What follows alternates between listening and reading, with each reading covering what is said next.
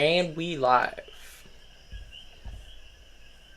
We would like to thank Vivid Seat, Fanatics.com, Player One Coffee, Dream Clothing, Glitch Energy, and Cuckoo for being sponsors of the Wrestle Arc Podcast. All those links are down in the description below. Go check all of them out right now. Hello, everyone. It's us three idiots on the Wrestle Arc Podcast. Oh my god, who would have thought? Got a led up there. We've got Vega somewhere here as well, and I'm Liam. If you Hi. forgot, I'm the Liam. Anyway, Wait, you're Liam? Oh my god, Crazy WWE. WWE Wait, just uploaded the Motor City Machine Guns signing with WWE. Yeah. Let's start there. spoiler alert! Breaking news on the door. See? Breaking news happens before we go live, not after we've been live for once. Yeah, screw you, WWE. Yeah, Yes, you couldn't fucking stop us this time, you pricks. Oh wait, because it's not Thursday. Yeah, we outsmarted you. We knew you were going to do this. Yeah, except they spoiled the debut when they said mystery tag team. Yeah, and they've changed the entire tag team match now. They keep doing this every time. They say mystery tag team, and it's fucking obvious. Yeah, but everyone knew it was going to be them, though, didn't They they? were like, you know what? Let's just do it. You know, announce it. Then they'll put the end to the speculation. But Hope they I get am so excited. Motor City Machine Guns are one of the best tag teams I've ever seen. They are one of the greatest tag teams of all time. Any company, ROH, TNA, New Japan, probably at some point. I don't know. And now they're in WWE, and they're gonna change the game over there, man. They're actually going to hopefully get. I hope they kind of big ball it, if you know what I mean. Like just go into Triple H's office and with their balls out and be like, bring back tag team wrestling. Yeah, and if you think about it, well, tonight they're going to be facing Angel and Berto and A-Town Down Under in a triple threat tag team match, and then DIY is also going to be facing State Profits and someone else, I forgot who. And then the winners of those two are going to face each other next week in Brooklyn, and then the winners of that is going to face the tag team champions. Didn't say where or when, just they're going to face the tag team champions. It might be like Crown Jewel or Survivor Series because it would be pretty nice, yes. But DIY, Motor City Machine Guns next week in Brooklyn. Is it going to happen? I don't know, but I hope so at the same time. If you know what I mean. Then, as I said before we went live, that's to be the moment where I'll be like, Triple H, you are a pervert. And it's fine. It's absolutely fine because I am seated, I am perverse. Then again, I wouldn't mind the Motor City Machine Guns versus State Profits either, to be fair, if they want to go another direction and keep DIY away from them for a bit. Yeah, that'd be cool, I guess.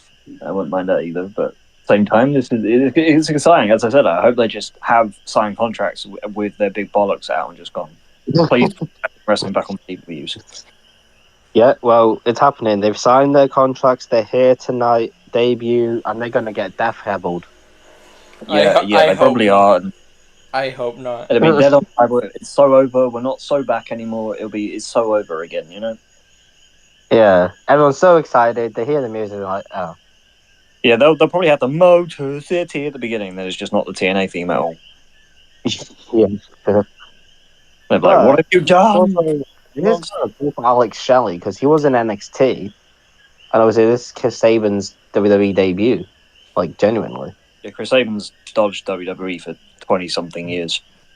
Yeah, he kept going back to TNA. He's like, I like TNA. Well, let me go back to Ring of Honor. Oh wait, I don't like it anymore. Let me go back to TNA. And then Shelley went to NXT. Yeah, and I think he got injured, and then they were like, bye.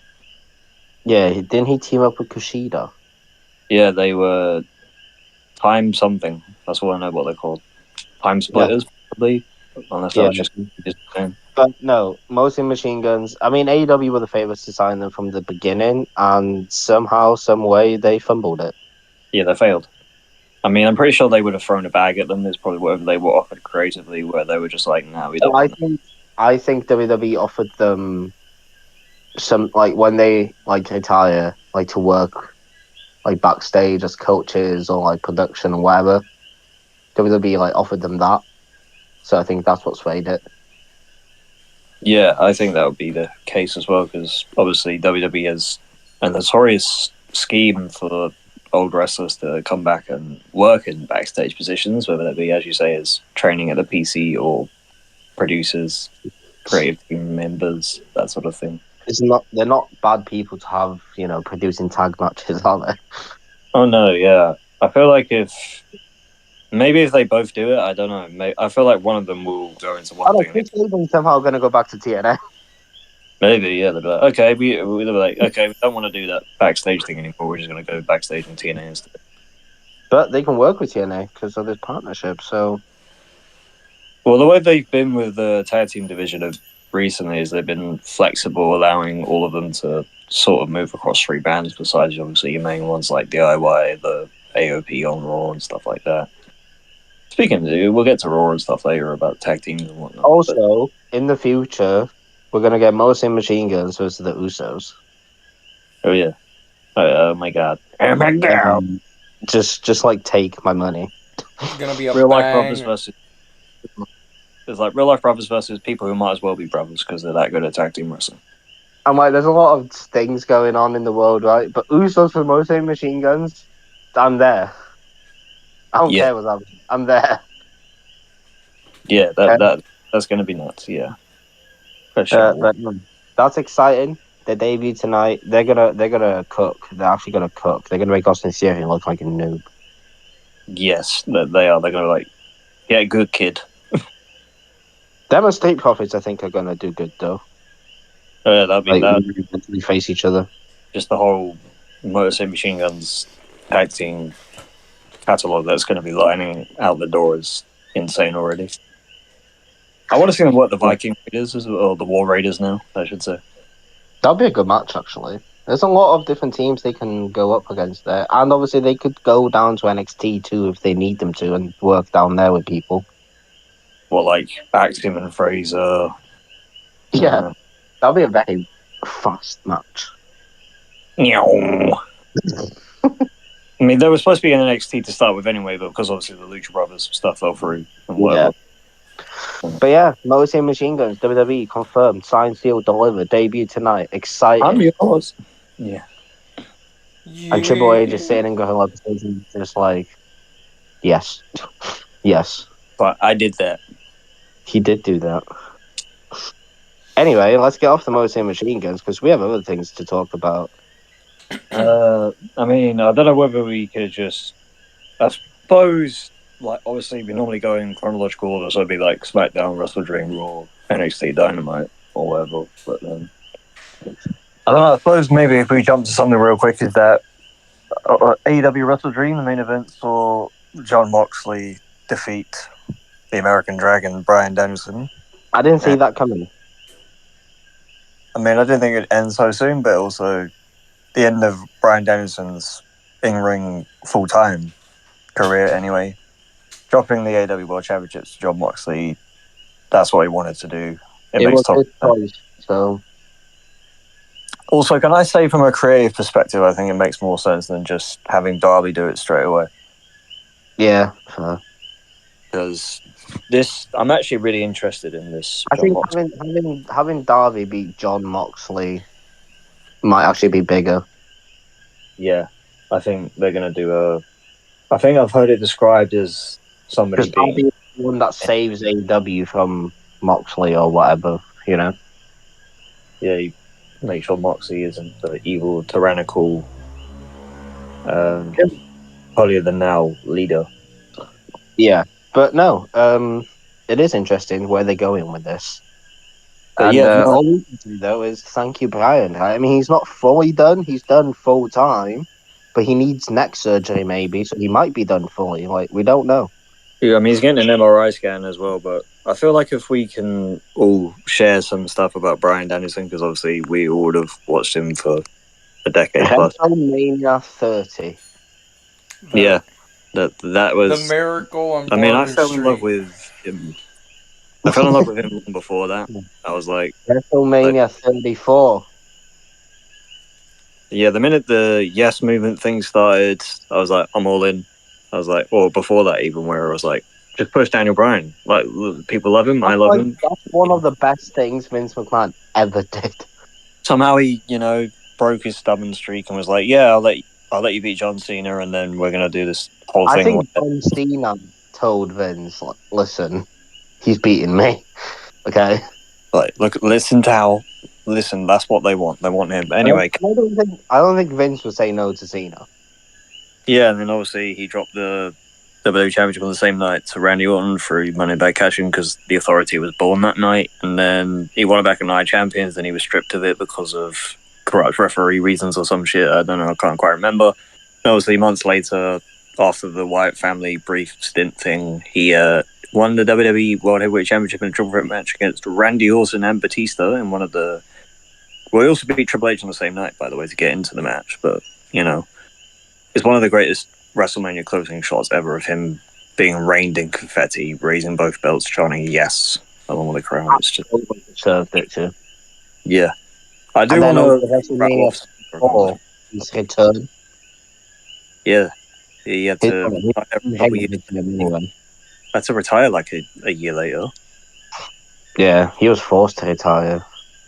due to concussion-related stuff.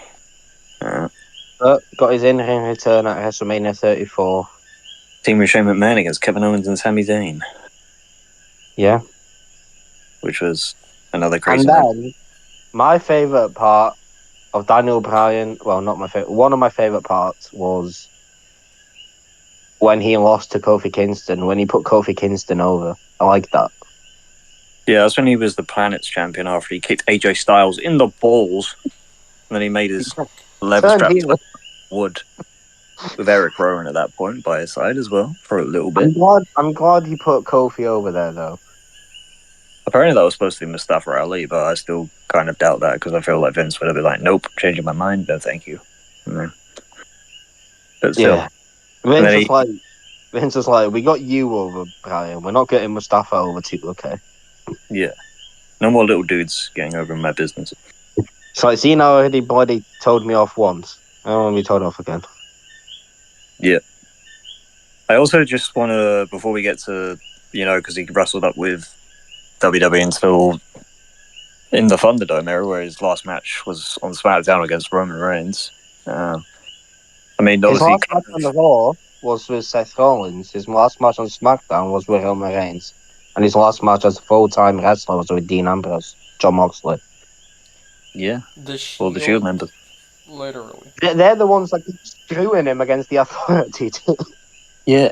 Before they saw the light and realised that Kane insulting Jerry Lawler was not okay. Yeah. And they were like, okay. Well, love that man, honestly. But yeah, I just want to rattle some career achievements for him. Obviously, long before he signed with WWE, he kind of rose to prominence through Ring of Honor, where he was a one-time Ring of Honor Pure Champion and won Survival of the Fittest in 2004, and then, of course, won the ROH World Championship for one time as well. Was inducted into their Hall of Fame 2 years ago, so that would have been post Tony Khan's purchase of Ring of Honor. And then obviously had the ROH Year-End Awards, Wrestle of the Year in 2007, and Match of the Year versus Takashi Morishima at Manhattan Mayhem 2. And then Sports Illustrated ranked in number 10 of the top 10 men wrestlers in 2018, and then ranked in number 5 of the top 10 wrestlers in 2018. We'll have a look at Pro Wrestling Illustrated as well. Again, comeback of the year in 2018, as we've already alluded to. Food of the Year 2013 versus Authority. Inspirational Wrestler of the Year 2014. Match of the Year 2013 versus John Cena at SummerSlam. Most Popular Wrestler of the Year 2013. Wrestler of the Year 2013. And ranked number 1 of the top 500 wrestlers in the PWR 500 in 2014. And there was other achievements in PWG, New Japan Pro Wrestling, NWA Mid-South, Memphis Championship Wrestling, International Wrestling Association, International Catch Wrestling Alliance, Full Impact Pro, Extreme Canadian Championship Wrestling, Evolve, Match of the Year 2010 versus Minoru Sawa. Sorry if I butchered that pronunciation. East Coast Wrestling Association Tag Team Champion with Low Key, of all people. That's kind of cool. Connect Wrestling Entertainment, CTWE Heavyweight Champion. Then, of course, there's CBS Sports stuff, All-Star Wrestling, All Pro Wrestling, All Elite Wrestling, where he obviously went post 2021, and then he debuted on the same night as Adam Cole. Baby. Yeah. And then... Oh, by the way, I have words about him later. Yeah. Got AEW Dynamite Awards 2 times for him in AEW. Biggest beatdown 2022. He had a 60-minute match versus Hangman Adam Page. And obviously the big surprise, 2022 debut All Out shared with Adam Cole.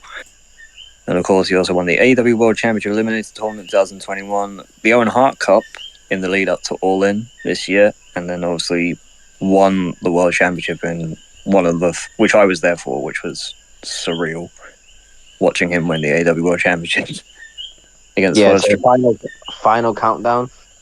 Yep, that was Wembley singing Final Countdown. Poetic. Everything about that was like, yep, this has to happen. You saw him win his final title. I did. Which was, as I said, for me, a full circle moment. If you think about it, he won it because you were there. Yeah, see? I was the magic stuff. You know? Exactly. Oh, I forgot to mention his WWE achievements, by the way, which there's quite a few of. 4-time WWE champion, 1-time World Heavyweight champion, 1-time Intercontinental champion, 1-time United States champion, 1-time WWE Tag Team champion with Kane. You know, Team Hell No, what a tag team. Those therapy sessions, Dr. Shelby, legendary. 1-time SmackDown Tag Team champion with Rowan. 1 Money in the Bank 2011, Match of the Year 2019 with Kofi Kingston, WrestleMania 35. The 26th Triple Crown champion, 6th Grand Slam champion under the current format, and the 15th overall, and then won 12 Slammy Awards between 2013 and 2014, or 2012 and 2014, or 2010 and 2014. I forgot about the Nexus debut. Did he ever win the Royal Rumble? Nope. No, damn. There was, if you remember 2015 specifically, where, you know, he had the match with Bray Wyatt that night, I think, and then obviously it was the year Roman Reigns won, I think. Daniel Bryan, part of the Wyatt family, that was weird but fun. It was a weird transitional period before WrestleMania 30, but then also people like, we don't want this. And then he kicked Bray Wyatt in the face. Yeah, just need him in the fucking head. Oh, by the way, Jason Waller commented on the Motor City Machine Gun sign-in. He went, great, more vanilla midgets. Well, not being funny, he's not exactly hench or that tall. Oh, good. I mean, he's alright, don't get me wrong, but... He's not Motor City Machine Guns, though, is he? In ring, he's not, no, absolutely not, no. They're going to cook him tonight. But anyway, yes. Daniel Bryan, Bryan Danielson, whatever you want to call him. What a guy, what a career, what a legend. One of the best wrestlers ever. I mean, Dave Meltzer named an award after him, that's what you need to know. Yeah, thank you, Bryan. And if that was it, like, if that literally was it for his career, then, you know, he got to go out on his terms. Which we thought would never happen in 2015. True. I'm happy that we brought him back as GM too, because not having him around was just awesome. Yeah, that Talking Smack promo with The Miz during that period was probably the highlight. That will be like that's his best ever feud, Miz and Bryan. Nothing ever topped that. You know, in my opinion, anyway. Miz and Bryan was like the best feud he had. To me, it's a close second because I can think of a couple, but that's just me. Yeah, but anyway, thank you, Bryan. And if you do come back, then kick Jon Moxley in the head. Yeah, and help Darby win the belt. Yeah, do that. Anyway, and if you don't do that, then Liam's going to cry. Yeah, probably I will. Hang on. Let me just go prepare myself right away. I'm trying to get SmackDown's results from last week. Give me a second, because, you know, we do this in chronological order. So this is the post-Bad Blood edition of SmackDown. It was. Well, do I have to start with Raw? No, wait. Bad Blood was 2 weeks ago. Jesus Christ. Pay-per-views are just coming, man. They're everywhere. There's been too many this year. I could swear we've covered like 30 or something. Yeah, and it's not over yet. No, we've got Crown Jewel November 4th, and then Full Gear's the same month. And then Survivor Series, and then we've got World's End. Yeah, we've got all that stuff. Anyway, SmackDown from this past Friday, opened with Jimmy Uso coming out to give a promo following his return of Bad Blood. After running down the new bloodline, Reigns joined his cousin in the ring. Roman finally spoke. He made the crowd acknowledge Jimmy Uso. That's how you know Roman Reigns has changed. And Roman Reigns is on SmackDown tonight. Full-time Roman, man. Is he okay? Somebody check his pulse, his heart rate, please. Literally, who allowed this? He's like, I'm babyface. Maybe I can work more dates. Yeah, he's not the champion anymore, so no one can shout at him for not being there. Yeah, and Roman was apparently more emotional than we used to see. He said he doesn't like being out of control and in this position. Jimmy implied it was time to reconcile with Jay, but Roman didn't want that. Yeah. Which is odd because we all know that's where they're going. It is, but then at the end of the show, I think Jay got through to him. He was like, we need him. Jimmy, yeah. It's like, we do need him. Yeah, It's Jimmy like, told Roman we need him. It's like, we're outnumbered. And we need that ginger guy. The ginger Canadian honorary use. Yeah, that one. We need him too. Yeah, then up next, LA Knight puts the US title on the line against Carmelo Hayes. He is apparently him. Andrade showed up. Match number 7 tonight, by the way. Yep, that is happening. Game 7. Andrade versus Carmelo Hayes. But Andrade was there last Friday. It's going to be a triple threat count, Joe, isn't it? Probably, yeah. I think LA Knight will somehow retain. Yeah, probably. Andrade was there last week at ringside, though, to watch both of them duke it out, and then Melo found his position distracting and ended up taking a dropkick as a result. While at the same level of excitement, Melo and LE, though, during the recent matches, Knight and Hayes worked well together to highlight each other's strengths. Wait, so apparently it was a decent match. Wasn't SmackDown last week where AJ Styles returned? Was that the one before? It might have been last week, but if it's on, It started with him because Hardy brought him out. that would have been the week before then. Oh, okay. I remember Ray talking about it last AJ week. Styles injured, guys. There you go. Yeah. That's what I'll say about him. He fractured a bone in the middle of his foot. I can't remember what he said. He said, look it up, like something Contract news by AJ Styles. Negotiations are going well. Yeah. And LA Knight was able to retain the United States Championship with the counter into BAT, and then obviously Andrade Mark Carmelo Hayes at ringside to rub salt in the wounds with a decent opener with a couple of standout spots. So SmackDown started off well. And then we had Jake Cargill and Bianca Belair versus the Lash Legend and Jakara Jackson. But then Kevin Owens interrupted Metaphor's entrance to complain about Cody Rhodes, and then Randy Orton tried to play peacemaker, but he and KO ended up taking shots at each other. Yeah, Kevin was supposed to be there. Yeah, he's been doing some social media promos recently that I haven't got the chance to watch because I've been busy. He did one today. Yeah, I see. I do need to watch them. They're good, you know. I mean, Kevin Owens is notoriously not a bad promo. He's like probably one of the best on the roster. In fact, he did say he did not expect the Randy Orton to turn his back on him, and I'm like, it's Randy Orton. It's like his history with Cody Rhodes is what he does. It is Randy Orton, but I was like, his friendship with Cody Rhodes stems back like 15 years ago.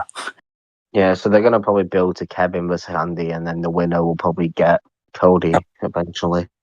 Yeah. And then after the break, we had Piper Niven and Chelsea Green were shown watching from ringside as the champions entered the arena, and then the challenge went right after the champions and got an early bonus. Sadly, this match barely had any time to get out of the gate before it was over, so Jade Cargill and Bianca Belair retained the WWE Women's Tag Team Championships in a couple of minutes. Yeah. I suppose they couldn't get much time because obviously they had Kevin Owens interrupt. Yeah. And then we had Naomi versus Nia Jax, but Nia Jax did give a promo type crown jewel, but she and Tiffany Stratton were interrupted by Naomi, who challenged Jax to a match. Liv Morgan, Dominic Mysterio, and Raquel Rodriguez, who were at SmackDown last week, came out to watch. Brady returned to see from the commercial break that the non-title match was already in progress. Jax was dominating Naomi as TV later on, the battle for a second break, so they had a lot of time to make sure we were going to turn to get a lot of offense. After Raquel took Tiffany's briefcase, Morgan used it as a weapon on Jax. Naomi took advantage and powerbombed Jax from the corner to score the win. So apparently this was a really good showcase for Naomi, but obviously this was... The Rhea Ripley obviously arrived. Yeah, I know her. She was angry. Yeah, she was. She's been You very don't angry. want to make him, you don't want to make her mad. No, not at all. So She you will got she will beat you up. yeah. And then we got Solo Oh, fine. Sikoa. Oh wait, we have the shot of Kevin Owens attacking one outside the arena. Yeah, he punched him in the head. It's not safe. Was it filmed in a similar way like the fan way was? No, Cody I and think it was Kevin. like CCTV footage. Yeah. So it kind of was, but this one was actually like WWE actually filmed this one. Like with the other one, they literally left it up to fans. Yeah, but obviously this led to Solo versus Jimmy Uso. Jimmy took the first shot, but Sikoa quickly took control. Solo distracted the referee, so his cronies could interfere, and he talked down to his older brother about being a little brother anymore. The bout was fine, but it was more about storytelling and excitement. You could tell the crowd was having trouble finding reasons to cheer at points. Sikoa ended up winning, and the Bloodline immediately went after Jimmy. Reigns came out to make the save and wiped everyone out, but Solo was Superman punches. And then the numbers game caught up to them, and the OTC was taken out with a Samoan spike. Yeah. So clearly they're trying to keep Solo looking strong as this Team U tribal chief, as we keep saying on here. But I feel like, obviously this is all leading up to War Games and whatnot. I don't know if Roman Reigns is actually going to be on Crown Jewel, but he might be. Maybe not. I don't know. But then again, it's Saudi, so probably money. They'll throw the money at Triple H and be like, put Roman on the show, or What are they gonna do though? Are they gonna do him versus Jacob? I have no idea, mate. Oh, they might do a tag match, him and Jimmy versus like Solo and Jacob. Just do the Tongans. No, because they might be defending their tag titles, yeah. Yeah, good point, yeah. So they could do Hillman and Jimmy versus Solo and Jacob. Okay, maybe, yeah. This might be an unpopular opinion / theory I have. I think Roman and Jimmy are going to win the tag belts. That's what I thought Roman about that, and I don't think they will, but maybe they could. I don't think so. I think they're too focused on getting Yeet Man back, Yeet Man pin. Yeah. But I don't know, anything can happen in WWE. Yep, and then we'll jump over to the following night in Tacoma, Washington, at the Tacoma Dome, where AEW held WrestleDream 2024. How was it? I didn't see it. Did you see it? Did you watch it? I got home really late from being out with my family, and then I think I watched about maybe an hour or two. It was up until I think I actually got through midway through the show, but somehow Will Ospreay versus Ricochet versus Konosuke Takeshita had not started yet. So I was like, oh, I'm not going to miss that. I watched it. I think I actually passed out midway through it, which is really sad. I wanted to talk to you about the that Will Ospreay match, by the way, but we'll talk about it when we get there. Okay, I'll quickly run through the 0 hour results. Brian Cage defeated Atlantis Jr. to become the ROH World Television Champion. Anna Jay defeated Harley Cameron by pinfall. Then we had The Acclaimed, which was Anthony Bowens and Matt Caster, with Daddy Has Begun defeated the MXM Collection. Mansoor and Mason Madden, who had Rico. That was odd, to say the least. Yeah, Rico was at ringside. And then the final pre-show / 0 hour match was the Conglomerations, Orange Cassidy and Kyle O'Reilly teaming with Toby Floyd and Truth Magnum of the Outrunners, with Rocky Romero in the corner defeating the Dark Orders, Alec Rose and John Silver in the Premier Athletes area, Deborah and Tony Nese with Smart, Mark Sterling, Josh Woods and Evil Uno.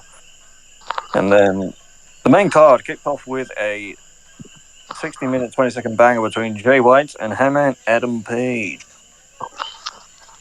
With Jay White. Apparently this is good. Yeah, it was solid from what I've heard, and I think apparently Jay White worked on Hangman's leg for the majority of the match, and apparently that played into the finish where Hangman was trying to go for the buckshot. So he tried to do it, he buckled, and then as he went over to do it a second time, Jay White in one smooth motion caught him into the Blade Runner and pinned him for the win, which I thought was a really nice thing to do. Yeah, and I'm glad they're putting Jay White in something good. Yeah, they're actually trying to build his stock back up after they fucked him up this time last year. Oh yeah, don't even go back to that. I mean, I just feel bad for MJF for having to do all that, but you know. Yeah, And MJF. then, yeah, MJF is MJF. He was on the show. He was. I'm trying to remember at what point that was, though. I can't remember if it was after Jay White and him and Adam Page or... Well, Daniel Garcia made the save for someone. Yeah, hang on, no, hang on, but WrestleDream, where Bleacher Report. Bear with me, people. I'm trying to do stuff. Google's being a biatch. Hang on, no, I got it. Right, there. I'll piss off. All right, Mariah May versus Willow Nightingale was after Jay White versus Hangman Adam Page directly. And then, obviously, Mariah May defeated Willow Nightingale to retain the championship because it feels like there's not really anybody credible to actually face Mariah at the moment. Even though Willow is cool, obviously. Yeah. And then we had Jack Perry versus MJF came back. Yeah, MJF came back. Danny Garcia was there as well for some reason. I think, you know, it's all about the boom. He signed a new deal, Daniel Garcia has, with AEW. Yep.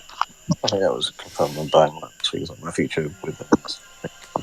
Yeah, and then MJF came back to try and attack Garcia. Well, he did attack him, didn't he? Yeah, he did. And then, you know, it's all about the boom. Yeah. Now, this makes no sense to me because Adam Cole turned on MJF. But MJF's the heel now, and Adam Cole wants revenge on MJF for Adam Cole turning on MJF. Yeah, it is a bit weird, I get it, but then I feel like because of the injury, Adam Cole was out for a year, they're trying to make people be like, oh yeah, forget that. The understanding. Yeah, it still makes no sense having MJF be the heel. I know, but I feel like they can probably blur those lines a little bit. Not really, because Adam Cole said he wants revenge. For what? Yeah, I don't know. You turned on him. Did I? Yeah. We all know you were the devil.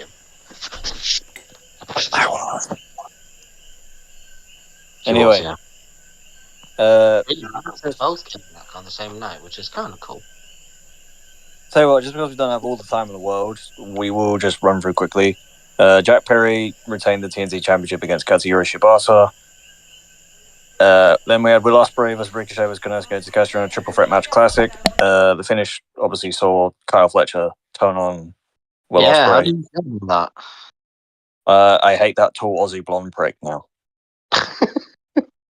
I mean, don't get me wrong, I love him as a wrestler. I think he's great. I think he's got the potential to be a future world champion and all that jazz. But for now, get fucked, mate. It's all Don Callis' fault. Yeah, it's Don Callis like, here, screwdriver, and then, you know, Kyle Fletcher came in a black hoodie and was like, and then someone in commentary went, it's Kyle Fletcher, which I thought was really funny. Yeah, just spoil it. It's just Nigel McGuinness, like, you know, because Tony Schiavone's doing that thing where every pro wrestling announcer does, where it's like, oh my god, who is it? And then you just hear Nigel McGuinness go, it's Kyle Fletcher. Nice. And then, yeah. But Konosuke Takeshita being the international champion, by the way. About fucking time. Yeah, about time they did something with him too. But again, another guy has serious potential, and it's just literally Konosuke Takeshita in that ring is a freak of nature. Like, the stuff he was doing in this match was crazy. I mean, they all did quite well, to be fair, from what I've seen of it. You know, in the highlights and whatever. Because again, as I mentioned, I passed out during WrestleDream, and then when I woke up, the pay-per-view was over, and it was on a different video on YouTube. Then we had the Hologram defeating the Beast Muertos 2-1 in a 2 out of 3 falls match, which was apparently quite decent as well. Then we had Darby Allin versus Brody King, which was of course won by Darby Allin. And then we had the Young Bucks retaining the AEW World Tag Team Championships against Private Party, much to the dismay apparently of the internet and everybody. And then we had Mark Briscoe defending ROH World Championship against Chris Jericho. Why? I don't know, but here we are. But Mark Briscoe luckily did retain the championship. Thank goodness. Yeah, because, hi guys! You don't want him as champion, do you? Nope. About 2 years, he's already like... Anyway, the main... Sorry, you wanted to say something? I said I am the learning tree. You know what? Better you than Jericho. Yeah, I could probably do it better, to be fair. And then we had obviously the main event that we previously alluded to, which was Jon Moxley defeating Bryan Danielson for the AEW World Championship for in about 27 minutes. And then, Wheeler Yuta turning Bryan Danielson, and they basically murdered everyone, and then the baby faces were all sat ringside as Bryan got stretchered out. Which may have been his last match. May have been. As a full-timer, at least. Yes. No, it could have been his last match anyway. Could have been, yeah. Depends how the neck surgery stuff goes. But yeah, WrestleDream, yeah, it was fun. Yeah, it was a fine show, from what I can gather. I think they've dropped the ball with Tony Storm a bit. Not Tony Storm, Mahaya May, sorry. Yeah, they have. I feel like it just feels like they're trying to wait for Tony Storm to come back, who's obviously been doing work in Japan and Mexico at the moment, which, by the way, her promos in those, absolutely hilarious. Keep doing those. They're good. Yeah, they've dropped the ball since Mahaya May won that title. Like, the entire Storm May feud was amazing, but now they don't know what to do with it. And like you said, they're probably waiting for Tony Storm, but I'm like, you have other people there. I mean, you have Jamie Hayter, who's mini few people at the moment. You need to do that. You have... And for Mercedes, you have, options for her too, but you're just not utilising them. Yeah, that's one thing I don't get, is, they've clearly established that Mercedes Moné is supposed to be feuding with Chris Statlander, and they've done nothing to advance that since. Really. What a match with someone on Wednesday. Queen Aminata, I believe. Statlander, was nowhere to be seen. Exactly, which is if you want to build a feud, then, I don't know.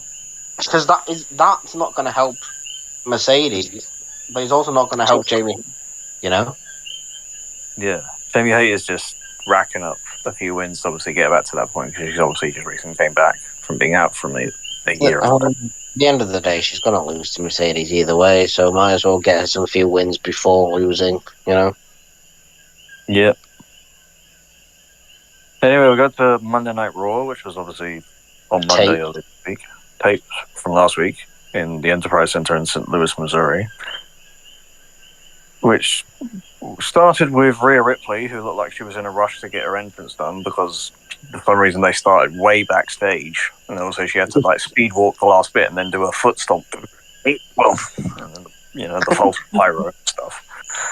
Yeah, I bet she went backstage and punched someone in the face. I guarantee it. So why didn't you make me start further in? Yeah. Well, it did. Obviously, face. Yeah, sorry. And then obviously Rhea opened the show. She had wasted a little time for that Liv Morgan and Raquel Rodriguez, but she was interrupted by Tiffany Stratton, who said she was in big trouble. She crosses Nia Jax again because Liv Morgan and Nia Jax are doing stuff. Yeah. And then Morgan Rodriguez hit the ring and beat down the women before standing toward the closing segment.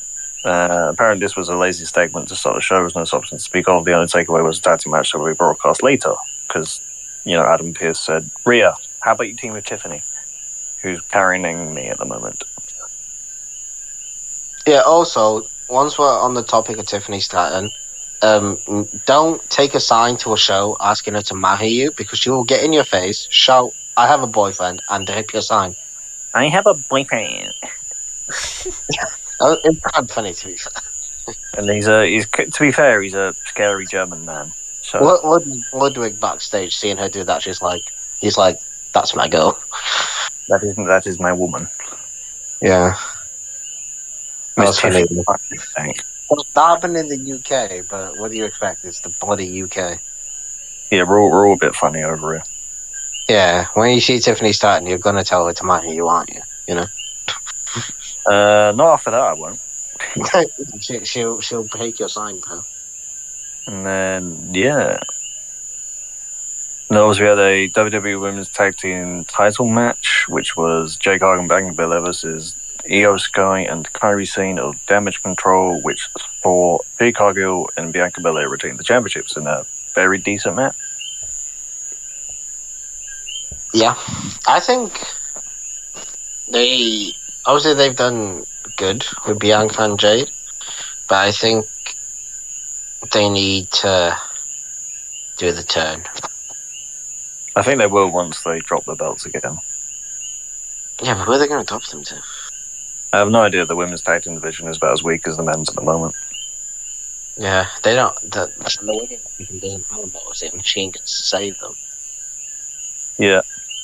Then we had a couple vignettes about American Made, which I thought was very nice, and then Bron Breakker explained his actions about turning on 2 hours.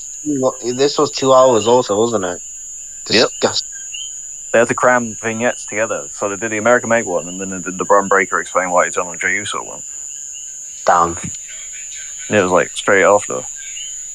Then Raw GM Adam Pearce sat down with Big Bronson Reed and got him to agree to not physically confront Seth Rollins, and if he could do that, he would grant him a match against the Visionary.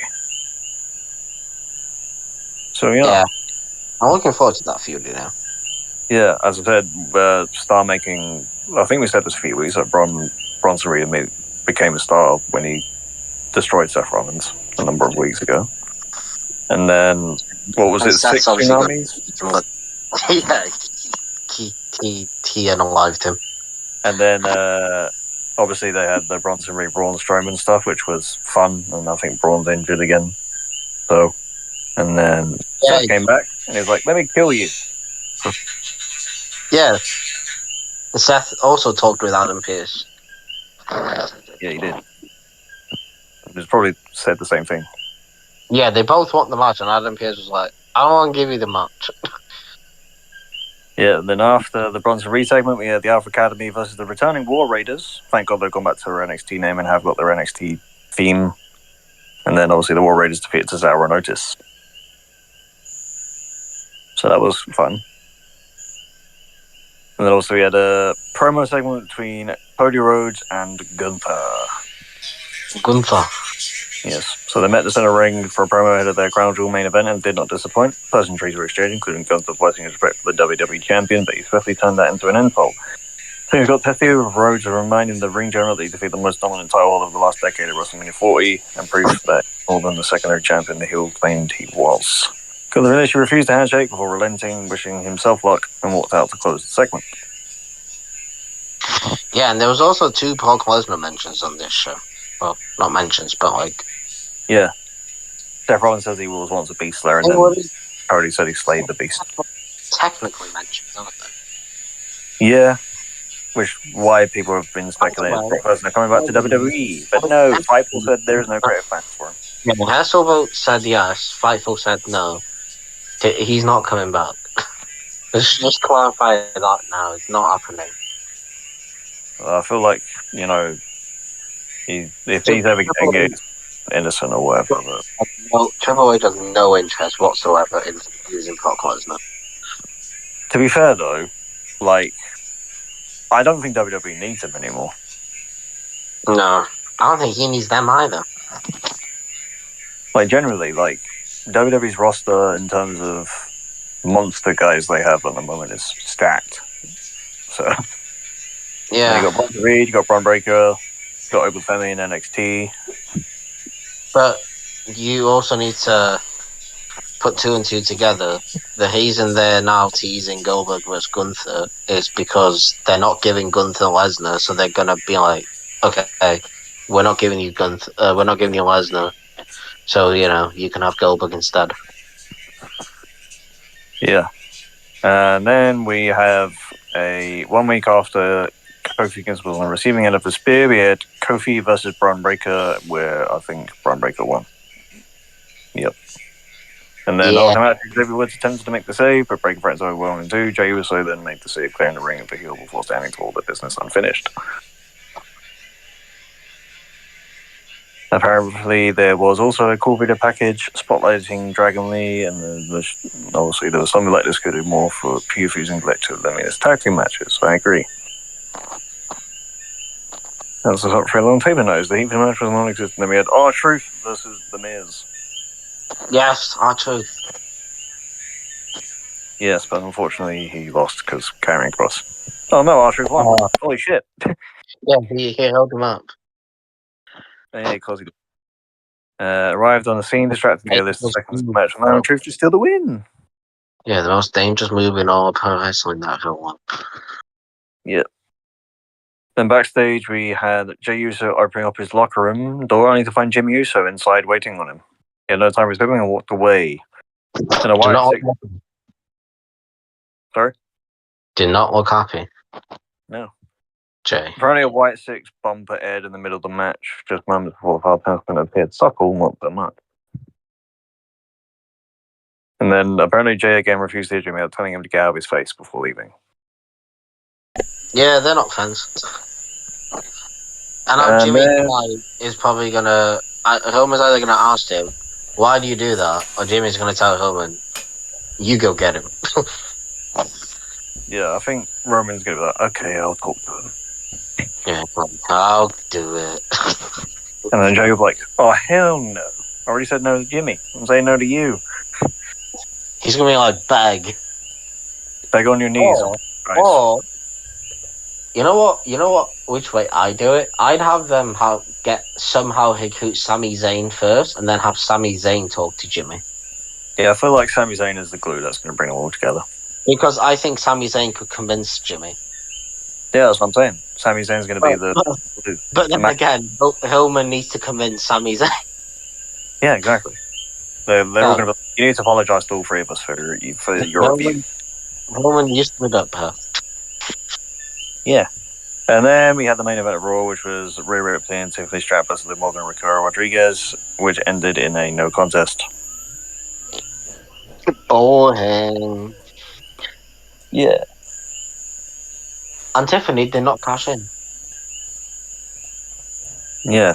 I mean, Nia Jax got involved, apparently, so... Yeah, she was there. It's because people are like, why is Nia Jax here? I'm like, she's gonna fight Liv at Crown Jewel. That's why she's there. Yep. Hang on a minute. Who cares about? Yep. WWE NXT result. Where is it? Where the fuck? What? Again, there it is. We'll quickly run through the NXT thing. Femi sets his Halloween Havoc rematch against Tony D'Angelo, so they're going to face each other again for the North American Championship at the next NXT pay-per-view, which obviously did Friday Will Spin stuff. Ladders and scares match. Yeah, tables, ladders, and scares. What the fuck? What does that even mean? Yeah, I don't know. Then we had the in-ring debut of Stephanie Vaquer versus Ren Sinclair of No Quarter Catch Crew, which Stephanie Vaquer won. Yeah, and then they should be challenged. Yeah. There's a tag team match taking place at Halloween Havoc, which will be Julia and Stephanie Vaquer versus Roxanne Perez and Cora Jade. Yes. Also, I feel bad for Cora Jade about her dog. Yeah. So and apparently there was whatever gentleman's duel is between Lexis King and Ora Mensa, and that was won by Lexis King. Yeah, I don't know what that is. I really don't care either. This King. Yeah. Apparently No Quarter Catch Crew helped him on the gentleman's duel rule stuff. Then we had Lola Vice versus Nikita Lyons, which was won by Nikita Lyons. So this was no doubt Peyton's favourite match of that evening. Yeah, definitely. Pervert. And then apparently Lash Legend Jakara Jackson also laid out a challenge to Damage Control for next week. Parker interrupted Jada Parker interrupted Tatum Paxton's interview about Wendy Chu, which was causing an interview between two women. Then we had Ridge Holland versus Bradley Osborne, which was won by Ridge Holland. And then the Chase U, all that's still going on. Yeah, Brooks Jensen with Sean Spears versus Asante the Adonis, and it was won by Brooks Jensen, even though apparently Carmen Petrovic is apparently now romantically interested in Asante the Adonis, to which I say, why? Apparently, Adonis apologized to Reese for costing the match against Wendy Chu and Rosemary last month, and then Spears and Jensen tried to destroy his Rose. Carmen Petrovic thought this about Rose. Adonis ignored the backstage, but seemingly finding no surgery in the match. Then we had the number one contenders triple threat match of All Ego Ethan Page versus Wesley versus Javon Evans, which was won by Ethan Page, who will face Trick Williams at Halloween Havoc. Yeah. In a... I forgot what match. Devil's Playground. Again? Yeah. What does that mean? Yeah, I don't know. Like, whenever they do this Halloween stuff every year, I'm like, what the fuck is going on? What is a Devil's Playground? Yeah, I don't know. I can't be asked to look it up right now. I'm looking it up. Don't SmackDown. Right. We'll also do the same for AEW Dynamite. We'll quickly run through the thing. I think it opened with a little, obviously, video package thing. John Moxley cut a promo about WrestleDream. So he hates what AEW has become, and everyone works for him now. Okay. So John Moxley is the boss, and he's gone above the elite. He's the boss. So I'm the boss, I'm above the elite. He's the boss, yeah. To be fair, the Young Bucks did not say no. No, they didn't say no. They're just kind of scared and panicking. They were too concerned about wishing Kenny Omega a happy birthday. Yeah. Even though he's at home, the poor sod. Talking about Kenny Omega, let me just do this news quickly. This news comes from Kota Ibushi. Number one news source, Kota Ibushi. Kota Ibushi says he's expecting Kenny Omega back in AEW in the next 2 to 3 months. Yeah, I think I saw something similar last week. But yeah, that is exciting. And they need them because the Young Bucks need kicking in the face. Okada needs kicking in the face. Jack Perry needs kicking in the face. Yeah, and Kenny Omega will kick all of them. Actually, I think you need them. Just V-triggers all around. Just need to get all of them. And John Moxley while he's at it. Yeah. And then, obviously, after that, we got Adam Cole doing a little promo trying to justify being a babyface after turning it on MJF after months of friendship. He said his rivals he wouldn't have to be able to fight him. Yeah, okay. Good excuse. Then the Soul of the Earth responded with acting like he was going to his music hit, and obviously it was like the bait and switch where he was actually in his house drinking. Yeah, he responded with a promo from his home about how his former friend made him unable to trust anyone ever again. Decent return promo for Cole and response from MJF, but like it left us wanting a bit more. Wheeler Yuta looked so depressed apparently in the vignette stuff too. Poor guy. Poor Wheeler. Wheeler's very conflicted, wasn't it? Yeah, he's a very angry man at the moment where he's like, get away from me. Stop touching me. Yeah, still though, why choose John Moxley? You know what's funny though is like all the Blackpool Combat Club are dressed like Bryan Danielson did on his AEW, so white t-shirt, green trousers, and then you just got Pac who's in his wrestling attire. He is the bastard for a reason, okay? He's like, I do what I want, buddy lad. Yeah, I'm not going to tell him what to do. Yeah, I'm not going to do that either. But like, look at me like, me face. And then he'll just kick you in your face. Yeah. Also, another funny thing that happened, Adam Cole said MJF obviously had a hair transplant, and then obviously you could hear someone from the production telling Cole to pose on the stage. Nice. Then we had FTR versus Big Bill and Brian Keith. FTR defeated Big Bill and Brian Keith. Lol. Oh. I'm not surprised. Yeah, apparently, apparently got a B- from Bleach Report, so apparently it must have been a decent match, I suppose. Okay, so who gave Dave Meltzer the Bleach Report account? Come on. I don't know. Whoever their chief editor is, I guess. Jesus. Then we had Mercedes Moné versus Queen Aminata. Mercedes. With one Mercedes Moné. She made a tap out to the Statement Maker, which was formerly known as the Bank Statement in WWE. With no Chris Statlander anywhere to be seen. Yeah, and apparently Camille wears suits now, so good for her. Yeah. Apparently she looks like a badass. So. And I'm just too focused on Mercedes, to be fair. Yeah.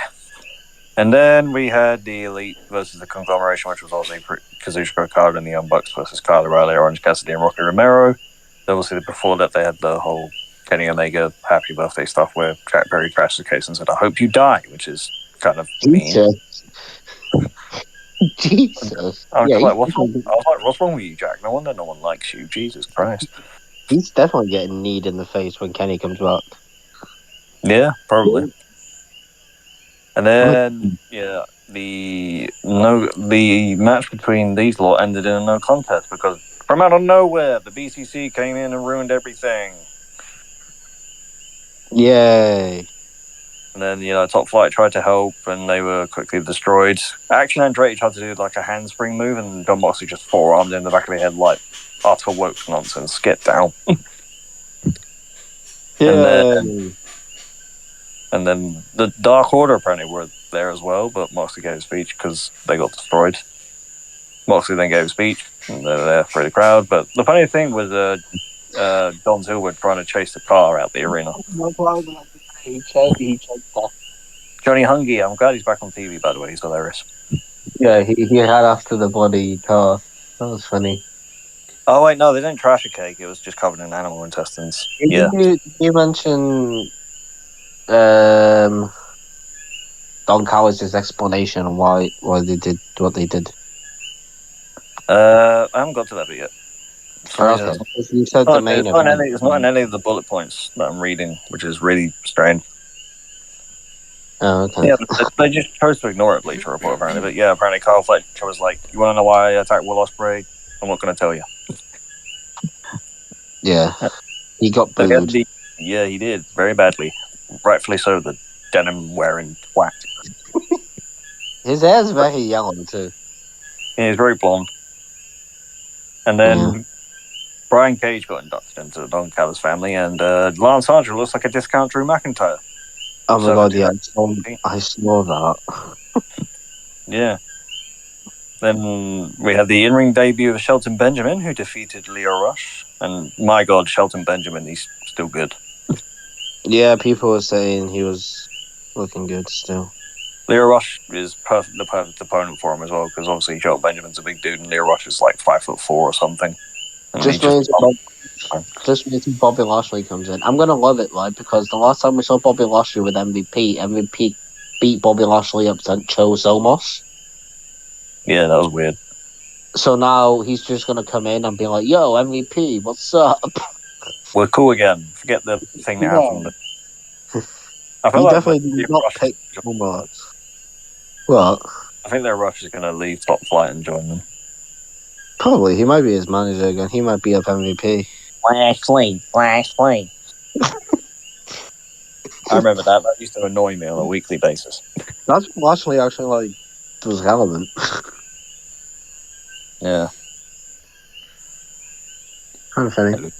Yeah. Ain't no stopping me, no. Then we had Jay White versus Christian Cage, which was won by Christian Cage because of a distraction by Hangman Adam Page.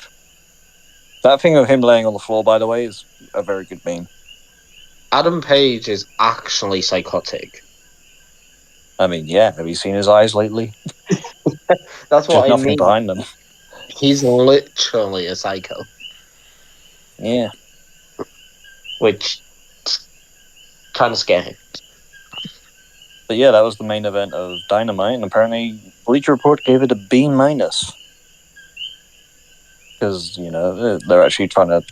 This BCT storyline, though, is just... I think, if they execute it well week upon week, it could be one of the best ever storylines. Oh my god, Ricochet did it. He made it to Collision. Wow. Who's he wrestling again? It was a luchador, I think. AR Fox. Oh, AR Fox, yeah. I think they had matches in Lucha Underground in the past. Kyle Fletcher's facing Atlantis Jr. Oh, yeah. That's what I meant. That's what I was thinking of. And Mahaya is defending a Battle of the Belts against Anna Jay. They've been teasing it for a couple of weeks for Rampage and stuff. And the Outrunners versus La. La Faction What? Ingobly. Just La. La Faction Ingobly. Yeah, them. Bruce and the other dude. Bloody hell, man.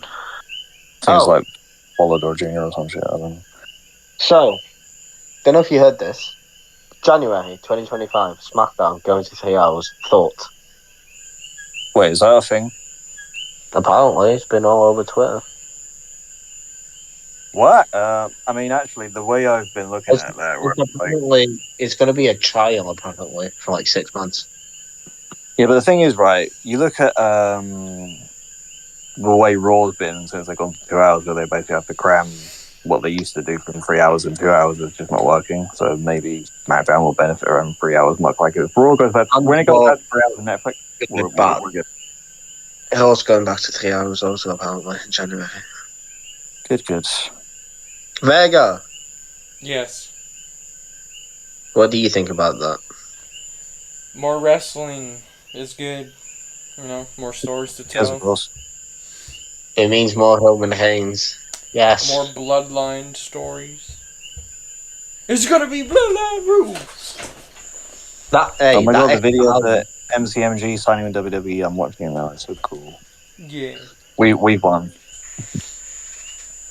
Yeah. Of course, Nick Aldis as well saying hello. Yeah. Well, he used to face them a lot back in the day when he was part of British Invasion with Petey Williams. Oh yeah, Pete Williams, is he even English? I thought he was Canadian. Not Petey Williams. What's his name? Nigel McGuinness. No, not him. He wasn't in TNA. Desmond Wolfe. No, what was his tag team? I'm so confused. Rob Terry. Was it Rob Terry? What's it, Rob Terry? Might have been. The big Welsh dude. Doug Williams. Doug Williams, yeah. How could I forget him? He's always... What the hell? Yeah, him. They had a lot of matches with Most Eight Machine Guns, so they know each other quite well. Also, Joe Hendry, Say Nick his name and Nemeth, he appears. bound for glory. Bound for glory. Special guest referee Frankie Kazarian.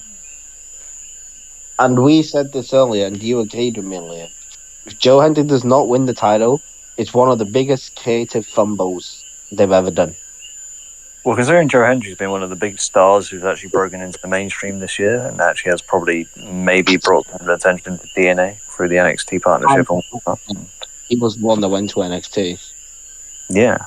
And do you not want him to walk into the Royal Rumble as your champion? I do, because then the entrance will be epic and the pop will be huge. And it'll be thousands of people singing the song. Exactly. In February. In Indianapolis. Is that where it is? Is it in Indianapolis, or have I just pulled out of thin air? I've forgotten stuff. Oh, there's a stat here. From 2020 until 2024, right? Mm-hmm. The person with the most wins in WWE is Drew McIntyre. Yeah, that's kind of cool. And he's at 361 matches. Yeah. Cody Rhodes is second. Yeah. Jey Uso is third. And Seth Rollins is fourth. Crazy. And Cody's had the least matches of all of them, and he's still somehow second. Yeah, but speaking of like outside, because obviously he's looking at TNA, whatever. I just want to touch on this real quick. New Japan Pro Wrestling, Zack Sabre Jr. It came home. It became IWGP World Heavyweight Champion, defeating Tetsuya Naito at Kings of Pro Wrestling. And this Sunday, at the Crystal Palace National Sports Centre, right here in London, England, he'll be bringing that title into that, and will be facing Sanada for the World Heavyweight Championship. The IWGP World Heavyweight Championship, of course. And I think I am going. So, Nice. one way or another, I'm going. And I mean, also, so Speedball Mike Bailey versus what's his name? Vikingo. Vikingo. Vikingo. That's been announced for Bound for Glory. So at Bound for Glory last year, they did him versus Will Ospreay in a match of the year thing. That could very well be the same. Yeah, and also he wasn't with AEW. Oh, Vikingo. Yeah, he was at some point, but I don't know if he was ever officially signed. But I could be wrong. And then there's one more thing I need to talk about before we leave. I did some digging on the report from WrestleVote about AJ Lee possibly returning, right? Uh-huh. And WWE are interested. Obviously. Triple H is desperate to have her back, but also having CM Punk there obviously helps a lot. But she's just like, nah. I'm good. I'm a successful Warfare actor, producer, all that stuff. But if she changes her mind at any point, doesn't matter when, if she changes her mind at any point, Triple H will be on the phone with her personally, making it happen. I mean, CM Punk's going to be the one to bridge the gap and be like, let's do these. He's going to be like, just come back, man, and then everyone's just stop talking, won't they? Yeah. On Instagram, your email, the post through the door at Comic-Con, your book and then sign. live back, you know? So, yeah. Larry was Kobe's dog. The Brooks family on tour. Yes. There should be a faction. The Brooks family. Larry's driving the bus. Oh, God. He's got his own bus. That dog's the GOAT. He can do anything. He's got his own bus. Hey, like, you two can make your own way there. Bye. Yeah. He's got his own bus. CM Punk and AJ only have to get another bus. Yeah. You know what? I'd do that. I'd give Larry his own bus. Yeah, maybe. Maybe, yeah. Probably not, to be fair. But yeah, anyway, AJ Lee, WWE's interested. AJ Lee's not. CM Punk is trying to make things work. But if she changes her mind, it will be Triple H on the phone with her straight away. Yeah. Because, you know, AJ Lee equals money, right? Oh, yeah, for sure. But she's still fairly young, because I feel like when she retired from wrestling, like, she was still, like, early 30s or something. Apparently her was majorly messed up, obviously. We've seen people come back from that sort of stuff recently. She's 37 now. She'll be 38 in March next year. So they can somehow get her. They can probably use her for maybe 3 to 4 years. They could also pair her with Roxanne and Cora if they wanted to. Play into that a bit. As the manager, CM Punk's kids. Yeah, and Punk's like, why are you with them? Like, that one called me a loser. Yeah, and that one just hasn't been here. Yeah, her knee fell apart. Yeah. But yeah, that's wrestling, everyone. Yep. Anything else? Not that I can think of. I'm gonna sneeze. Hang on. Where to? I sneezed. You know what I'm saying? I sneezed. Shut up. Yeah, it was just 3 hours today. I'm gonna sneeze again. Hang on.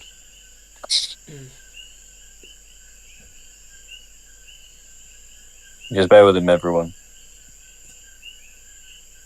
If he's having a sneezing fit, I don't know. Okay, I'm fine. Yeah, there was only 3 hours today because Wayne was at work. Ben got punched in the face the other day, and Rahul was dealing with family issues. Which, by the way, hopefully everything went well for him today. And Ross, he's just missing. Yeah, he's AWOL. He's literally just missing.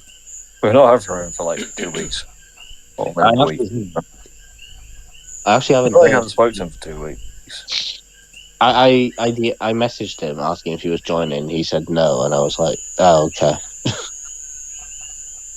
Okay. I feel like he's probably still busy, you know. Yeah, but with he like, said he's not going to be available on Thursdays. Today's not Thursday. yeah, today's Friday, bitch. Yeah, screw you, Ross. Yeah, Ross. Yeah, the rest will be here eventually when they're not busy, you know. We've got Crown Jewel coming up, which is meh. Yep, and then we got Survivor Series and War Game, Full Gear, sorry. Survivor Series and War Games. Yeah, why not make them two separate things? Who cares? Oh God, we can have William Regal say it this year too. War Game! He didn't say it, man. Yeah, he couldn't say it last year, could he? Because he wasn't allowed on TV. Then Triple H was like, I have a special guest to announce the match tape, and then you go, War Games! William Regal. Yeah, he just comes out of nowhere. Yeah, he said, I have a special guest, here he is. And they just pops out of nowhere. War Games! War Games! But yeah, that is everything. Let's get out of here. Yeah. Again, thank you to Play One Coffee Fanatics, Spirit Seats, Dream Clothing, Glitch Energy, Cuckoo, for being sponsors of the Wrestle Arc Podcast. Buy our merch from tpublic.com right now. Do it now. Follow us on number. Like, subscribe, comment, share this with your friends. And we'll be back next week. With another normal podcast, because there's no pay-per-view next week. Woohoo! Some of us will be back next week. We hope. Probably all Who's Crown Jewel? Crown Jewel is in 2 weeks. November 2nd, I think. November 2nd. For some reason, I could say November 4th. I don't know why. Maybe that's what it was last year. Okay, yeah, so we do have a normal podcast next week. Okay, cool. Then predictions 2 weeks' time. Yay! Again. I don't know. Who was Wrestle Arc champion, by the way, at the end of WrestleDream? I think it's Vega. I think... Yeah, Vega won it. Yeah, I won it. You won it by wheel spin, Vega. Congratulations. Give us a speech. You hacked it again, you son of a bitch. I would like to thank... Give us a speech, Vega. Come on. I would like to thank the Academy for absolutely nothing. How did I know you were going to say that? How did I know you were going to say that, you absolute dork/heel? Would you also like to thank the wheel? No, because I didn't touch it this time. No comment. No comment on part of the legal team. It was actually Peyton this time, and Vega still somehow flipping won. I would like to say my client has chosen to remain silent. Yeah, there's legal issues going on with this wheel, guys. We can't talk about it anymore. Yeah. Anyway, as I said, like, comment, subscribe. We'll see you right here at the same place, same time. Hopefully, maybe Thursday instead of Friday. Yeah. Who knows? Thursday next week. Maybe Thursday instead of Friday, like normal. And then, yeah, until next time, thank you for tuning into the Wrestle Arc Podcast. Goodbye. Bye.